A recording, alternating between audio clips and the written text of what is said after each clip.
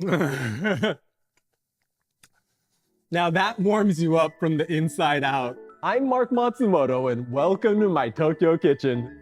Today I want to show you a comforting Japanese dumpling soup that my mom used to make for me when I was a kid. It's loaded with slippery gyoza dumplings and vegetables in a comforting broth which makes it the perfect one-pot meal for a cold day. So let's start with a look at our ingredients. The first thing you'll need are 12 gyoza dumplings.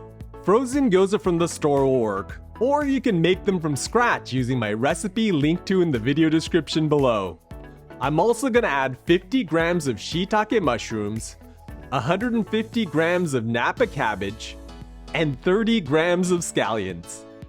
For the soup, I'm using 3 cups of dashi stock, 2 tablespoons of sake, 1 tablespoon of soy sauce, a 1/4 teaspoon of salt, and 1 teaspoon of toasted sesame oil.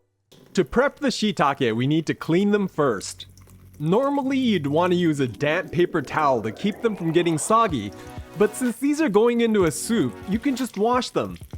Just be sure to scrape off any woody bits of growing medium stuck to the caps. Once they're clean, you can trim off the tough bottoms of the stems. And then I'm just gonna slice these up. I like using shiitakes because they're gonna add even more flavor to our broth, but any kind of mushroom like button, maitake, or enoki will work. Next, I'm gonna cut the Napa cabbage into manageable strips. Then I'm gonna line these up so they're staggered in the same direction. Now you can slice these into 1/2-inch strips. I like the texture of Napa cabbage for this dumpling soup, but regular cabbage will work fine. Finally, I'm gonna trim the root ends off the scallions and chop them up. These are really thin scallions, so I'm just cutting them into 1.5-inch lengths. But if your scallions are thicker, you'll want to slice them thinly at an angle. To prepare the soup, I'm gonna add the dashi to a pot, along with the sake, soy sauce, and salt. Then I'm gonna bring this to a full boil. Add the Napa cabbage along with any white parts of the scallions, and then you want to add your mushrooms. Now I'm gonna let this cook until the cabbage is nice and tender. It'll take about 10 to 15 minutes. I like to boil my gyoza separately to keep the soup from getting cloudy and gluggy, so I'm gonna fill the pot with water and set it on the stove to boil. While we wait for that to come to a boil, I want to take a moment to thank all of you who've signed up for my weekly recipes over at marksrecipes.com. It's where I showcase my original takes on classics like this kimchi mapo tofu or these crispy carrot pancakes. And because it's member supported, there are no pesky ads.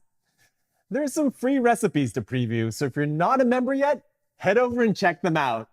All right, let's boil some dumplings. Okay, our water's boiling, so let's add the gyoza.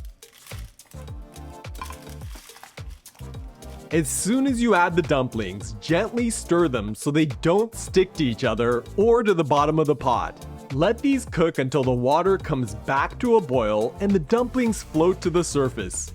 You'll need to go a little bit longer if you're using frozen gyoza. Now I'm going to transfer these straight into the soup using a slotted spoon. The gyoza aren't fully cooked yet, but we've gotten rid of the excess starch in the wrappers, and now we can cook them together with the soup so they absorb all of the wonderful flavors of that dashi. This should take about another 2 minutes. To finish this off, I'm gonna add the scallions and stir them in. And I'm also gonna drizzle in the toasted sesame oil for some extra flavor. Okay, our gyoza soup is ready to go, so let's serve these up before the dumplings get soggy. I'm just gonna ladle the dumplings and veggies into a large bowl, and then I'm gonna top it up with the soup. I like to garnish this with a crack of black pepper, and our gyoza soup is ready to eat. If you've ever made gyoza before, you probably have a pretty good idea just how good this smells, but you add in that dashi and it smells mind-blowingly good, so let's try it out. Itadakimasu.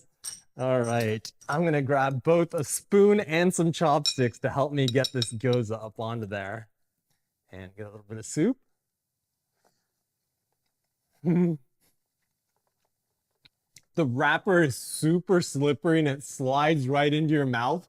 And when you bite into it, it gushes out porky, garlicky soup. And then you've got that Napa cabbage and those shiitake mushrooms on the outside that add a nice bit of texture and kind of round out the meal. All right, I'm gonna add a little bit of this chili oil here. This really just amps it up. You can get the recipe to this in the link in the video description below, but it's got some dried scallops in there, which is gonna add even more umami with a nice little kick. All right, let's mix it in and get it with a little bit of soup. The chili oil adds a ton of umami. You've got those little poppy sesame seeds in there that add a good bit of texture. And the chili peppers add this wonderful heat that warms you up from the inside out. All right, I'm gonna go in for one more gyoza here, or half a gyoza. Oh man. Now that just takes me back to my childhood. This soup is super easy to make, and it's a great way to warm up on a chilly day, so I hope you'll give it a try.